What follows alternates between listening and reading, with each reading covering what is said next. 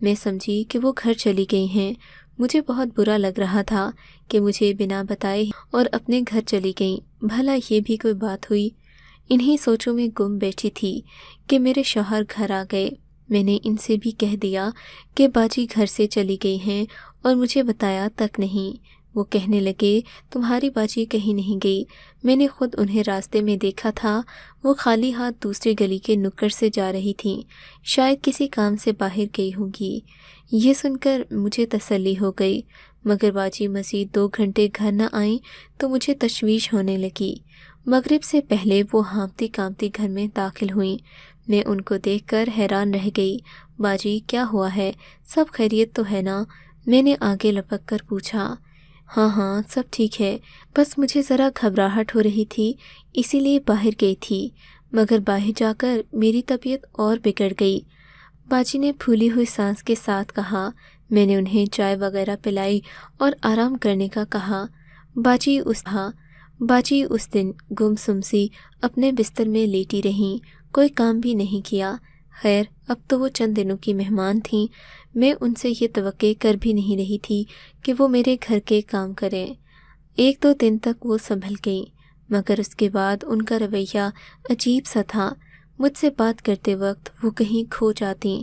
میں کسی بھی طرح اپنی باجی کو خوش کرنا چاہتی تھی، مگر ایک دن صبح اٹھی تو وہ چہکتے ہوئے لہجے میں مجھے اٹھا رہی تھیں۔ ان کا یہ چہرہ میں نے کافی دن سے نہیں دیکھا تھا، اس لیے میں بھی خوش ہو گئی۔ خیریت تو ہے باجی؟ آج آپ اتنی خوش لگ رہی ہیں۔ ہاں بات ہی ایسی ہے کہ میں بہت خوش ہوں۔ باجی کا بدلہ رویہ دیکھ کر مجھے بھی حیرت ہو رہی تھی۔ اچھا تو پھر جلدی سے بتائیں کیا بات ہے؟ جلدی اٹھو، تم چائے بناؤ میں بتاتی ہوں، باجی نے کہا۔ میں نے اٹھ کر منہ ہاتھ دھویا۔ منیر آفس جا چکے تھے، ان کو ناشتہ شاید باجی نے ہی بنا کر دیا تھا۔ تب مجھے باجی نے بتایا کہ انہیں اپنی بیماری کا علاج مل گیا ہے۔ باجی کی بات سن کر میں بہت خوش ہوئی۔ مجھے اس سے زیادہ خوشی کسی بات کی نہ تھی کہ باجی کا آنگن بھی بچوں کی کلکاریوں سے کھل اٹھے۔ خیر انہوں نے مجھے بتایا کہ ہمارے گھر کے پاس ہی ایک عورت بیٹھتی ہے جو روحانی علاج کی ماہر ہے۔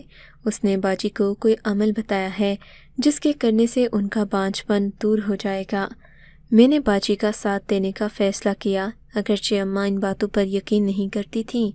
وہ کہتی کہ صرف نماز روزے کی پابندی کرو، اللہ کی رحمت خود ہی تمہیں اپنے حصار میں لے لے گی، مگر میں سمجھتی تھی کہ باجی کے علاج کے لیے ہر طرح کی کوششیں کرنی چاہیے۔ جمعے والے دن میں ان کے ساتھ عورت کے آستانے پر گئی جہاں انہوں نے مجھے اپنے علاج کے بارے میں بتایا تھا۔ وہاں جا کر عورت نے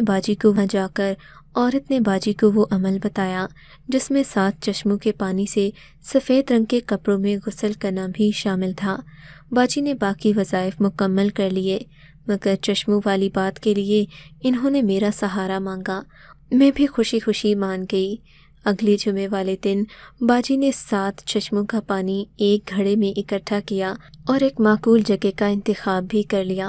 مجھے ساتھ چلنے کا کہا۔ شام کے تقریباً 3 بجے تھے۔ میں باجی کے ساتھ ہو لی۔ کافی دور چلنے کے بعد وہ ایک درختوں کے جھنڈ کے اندر داخل ہو گئیں۔ یہ جگہ جنگل نما تھی، عموماً شہروں میں ایسی جگہ نہیں ہوتی، مگر یہ جگہ ایسی تھی جہاں کچھ پتھر اور درخت بھی موجود تھے۔ خیر باجی نے چاروں طرف پردے تانے اور سفید کپڑوں میں غسل کرنے کے بعد وہاں سے واپس آ گئیں۔ اس جگہ پر ایک عجیب سی وحشت تھی۔ واپسی پر آتے ہوئے مجھے یوں لگا جیسے یہاں اور وہاں پر سفید کپڑے بھی پڑے تھے اور پانی کے ٹوٹے ہوئے گھڑے بھی تھے۔ یہ جگہ عجیب سی تھی، یہاں تو میرا دم گھٹنے لگا۔ میں اور باجی جلدی سے وہاں سے نکل آئے۔ باجی کہنے لگی کہ آئندہ ہم دوبارہ یہاں کبھی نہیں آئیں گے، بس یہ ایک ہی عمل تھا جس کے کرنے سے میرا علاج مکمل ہو گیا ہے۔ باجی بہت خوش تھیں۔ ہم لوگ گھر آئے تو ان کی خوشی کا کوئی ٹھکانہ نہ تھا۔ بولی مجھے لگتا ہے کہ اب میرے ہاں بچے ضرور پیدا ہوں گے اور انشاءاللہ تمہارے بچوں سے بھی زیادہ خوبصورت ہوں گے۔ باجی کی بات سن کر میں ہنس پڑی۔ شام کا وقت تھا، میرے شوہر گھر آ گئے۔ باجی نے ان سے واپس جانے کی اجازت مانگی، ویسے بھی انہیں کافی دن ہو گئے تھے۔ ہماری نئی کام والی کا بندوبست بھی ہو گیا تھا۔ ہم نے باجی کو اچھے سے الوداع کیا اور پھر انہیں دوبارہ آنے کی دعوت بھی دی۔ ان کے جانے کے بعد مجھے بہت اداسی ہوئی، یہاں تک کہ میں شام تک بیمار پڑ گئی۔ مجھے ایسا بخار آیا کہ اگلے 3 دن بخار میں بڑی پھنکتی رہی۔ مجھے عجیب گھٹن اور سر میں درد محسوس ہوتا۔ منیر مجھے ہسپتال لے کر گئے۔ ڈاکٹر نے چیک کرنے کے بعد بتایا کہ انہیں کوئی بیماری نہیں ہے، بس ذرا بخار ہے جو دوا دینے سے ٹھیک ہو جائے گا۔ میں دوا لے کر گھر آ گئی۔ 3 وقت دوا کھاتی مگر کوئی فرق نہیں پڑا، بلکہ شام کو میرے چھوٹے بچے کی طبیعت خراب ہو گئی۔ میں نے اسے ہاتھ لگا کر دیکھا تو وہ شدید بخار میں تھا۔ اسے میں نے ٹھنڈے پانی کی پٹیاں لگائیں مگر اس کی طبیعت بھی بگڑتی چلی گئی۔ میں بہت پریشان تھی کہ یہ کیا ہو گیا۔ بالآخر چھوٹے بچے کو بھی ہسپتال لے کر جانا پڑا۔ ڈاکٹر نے وہی دوا بچوں کے لیے میرے بیٹے کو بھی دے دی۔ کہا کہ آپ سب کو ایک ہی طرح کا بخار ہے۔ میرا دوسرا بیٹا ابھی تک ماشاءاللہ ٹھیک تھا مگر دل کو عجیب سا ڈر لگ رہا تھا۔ اس دن میری طبیعت کچھ خراب تھی۔ دوا کھا کر میں سوئی تو مجھے لگا جیسے میرے کانوں میں بچے کے رونے کی آواز پڑ رہی ہو۔ دل کو شدید گھبراہٹ ہوئی، دل کی دھڑکن یکدم تیز ہو گئی اور پھر یوں آہستہ ہوئی جیسے میری جان جسم سے نکلنے والی ہو۔ میں تڑپ اٹھی، آنکھ کھلی تو میری نظر صوفے پر پڑی جہاں میرے دونوں بچے بے سدھ پڑے تھے۔ میں تیزی سے اٹھی، لپک کر اپنے بچوں کے پاس گئی، دیکھا تو دونوں کے جسم ٹھنڈے پڑ چکے تھے۔ ان کی آنکھوں کی پتلیاں ایسی تھیں جیسے مردوں کی ہوتی ہیں۔ ایک لمحے کے لیے میرا دل کانپ گیا۔ اف خدایا، میں تو یہ تصور بھی نہیں کر سکتی تھی کہ یہ ننھی جانیں مجھ سے جدا ہو جائیں۔ میں نے آگے بڑھ کر انہیں گود اٹھا لیا، ان کے ہاتھ ملنے لگی، مالش کرنے لگی مگر کوئی فائدہ نہیں ہوا۔ ان کے بے جان جسموں میں حرکت نہیں ہوئی۔ یا اللہ، کیا میرے بیٹے مجھ سے چھین لیے؟ میں رو پڑی۔ میری چیخوں کی آواز سن کر پڑوس سے عورتیں میرے گھر آ گئیں۔ میرے دونوں بچے مجھ سے دور جا چکے تھے۔ رو رو کر میرا برا حال تھا۔ آپ خود سوچیں، جن جگر گوشوں کو میں نے اتنی محبت دی ہو، ان کی موت میرے سامنے واقع ہوئی، میرے دل پر کیا گزری ہوگی۔ وہ ننھی لاشیں میرے صحن سے اٹھیں تو لگا جیسے میرا وجود بھی ان کے ساتھ ہی چلا گیا ہو۔ میں ادھوری رہ گئی۔ منیر نے مجھے بہت تسلی دی مگر میں دوبارہ اس غم سے اٹھ نہ سکی۔ مسلسل غم اور رونے سے میری طبیعت بھی خراب رہنے لگی۔ میری بیماری جو پہلے کم ہو گئی تھی اب مزید بڑھنے لگی۔ ایسے میں باجی نے میرا بہت ساتھ دیا۔ وہ دوبارہ اپنا گھر چھوڑ کر میرے پاس آ گئیں۔ انہوں نے مجھے سنبھالا، کہا کہ مایوس ہونے کی کوئی بات نہیں، جب اللہ 2 بچے دے سکتا ہے تو 2 کرتی ہو۔ اتنی پریشانی اور مایوسی اچھی نہیں، وہ بھی خدا کی ذات سے۔ باجی کی باتوں نے مجھے سنبھالا دیا۔ جب میرا غم کچھ ہلکا ہوا، زندگی معمول پر آئی تو باجی پھر سے اپنے گھر چلی گئیں۔ دراصل ان کے شوہر پردیس سے پورے 4 سال بعد آئے تھے۔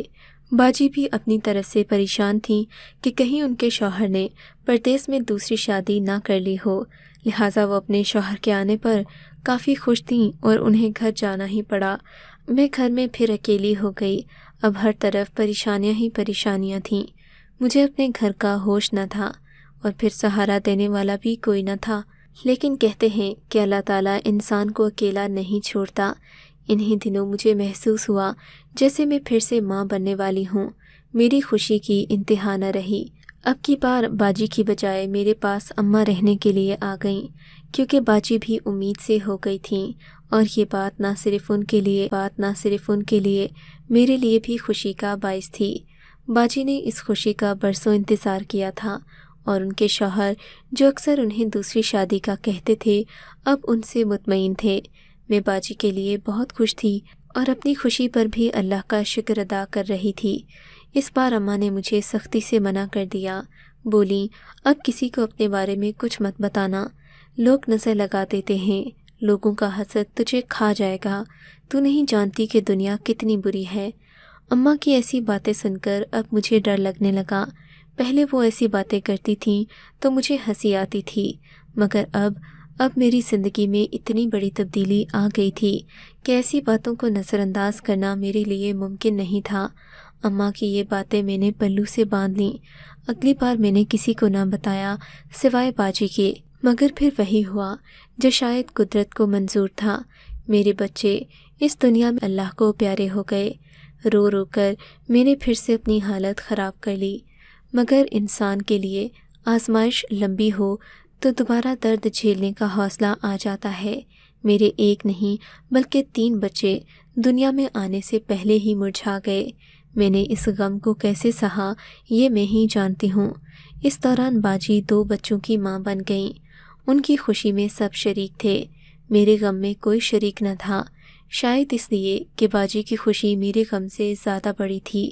اب باجی بھی بچوں میں مصروف ہو گئیں، وہ مجھے یکسر بھول گئیں، مگر میری پریشانیاں پہلے سے زیادہ بڑھ چکی تھیں۔ ایک دن اماں کے مشورے پر میں ان کی کسی جاننے والی سے ملنے گئی۔ اماں کا خیال تھا کہ روحانیت والے لوگ دنیا میں کم ہی ہوتے ہیں، ہر کسی پر بھروسہ نہیں کرنا چاہیے۔ اماں کے کہنے پر میں ان خاتون سے ملی جو بہت نیک معلوم ہوتی تھیں۔ ان کے چہرے پر ایک الگ ہی طرح کا نور تھا۔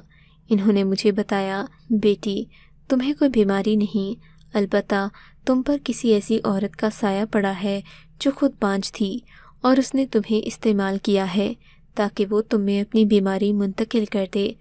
میں حیران ہوں کہ لوگ ایسی حرکتیں کیوں کرتے ہیں۔ اللہ کے ہاں کسی چیز کی کمی نہیں ہے، وہ سب کو الگ الگ دے سکتا ہے، پھر لوگ اپنی بیماریاں دوسروں میں منتقل کر کے آخر کیا حاصل کرنا چاہتے ہیں میری سمجھ سے باہر ہے۔ ان کی باتیں سن کر میرا دل دہل گیا۔ میرے ذہن میں وہی نقشہ آ گیا جو باجی مجھے اپنے ساتھ غسل کے لیے لے کر گئی تھیں، اور اس کے بعد اس پانی سے ہاتھ دھونے کو مجھے بھی کہا تھا کہ اس سے تم کو فائدہ ہوگا۔ میں بھولی انجان اس وقت یہ نہ سمجھی کہ باجی مجھے استعمال کر رہی ہے، وہ اپنی بیماری سے چھٹکارا پانا چاہتی ہے۔ میں نے اس بات کو نظر انداز کر جی سے اس بات کا ذکر نہیں کیا، مگر ان کے علم کے مطابق مجھ پر کوئی سایہ تھا جو کسی اور عورت کی بیماری کا تھا۔ انہوں نے مجھے نماز کی پابندی کا حکم دیا اور کچھ وظائف بھی پڑھنے کے لیے دیے، جن کی پابندی کے بعد میرے دل کو بہت سکون ملا۔ اگرچہ میں اس کے بعد ماں نہیں بن سکی، مگر میرے دل میں وہ خوشی اور وہ روحانی قلب واپس آ گیا جو میرے دل میں پہلے کبھی نہیں تھا۔ شاید اللہ نے اس نقصان کے ذریعے مجھے اپنا قرب بخشا اور میں اسی میں خوش ہوں، مگر اب میں باجی سے نہیں ملتی۔ شاید اب حاسدوں سے دور رہنا مجھے بھی آ گیا ہے، لیکن اتنے بڑے نقصان کے بعد کاش کہ اماں کی وہ بات میں پہلے سمجھ جاتی تو آج میرے حالات کچھ مختلف ہوتے۔ آپ کو اگر یہ کہانی اچھی لگی ہے تو اس ویڈیو کو لائک کیجیے، اور اس طرح کی مزید کہانیاں سننے کے لیے ہمارے چینل کو ضرور سبسکرائب کیجیے۔ کہانی سننے کا شکریہ۔ آپ سے ملاقات ہوگی اگلی ویڈیو میں، تب تک کے لیے اللہ حافظ۔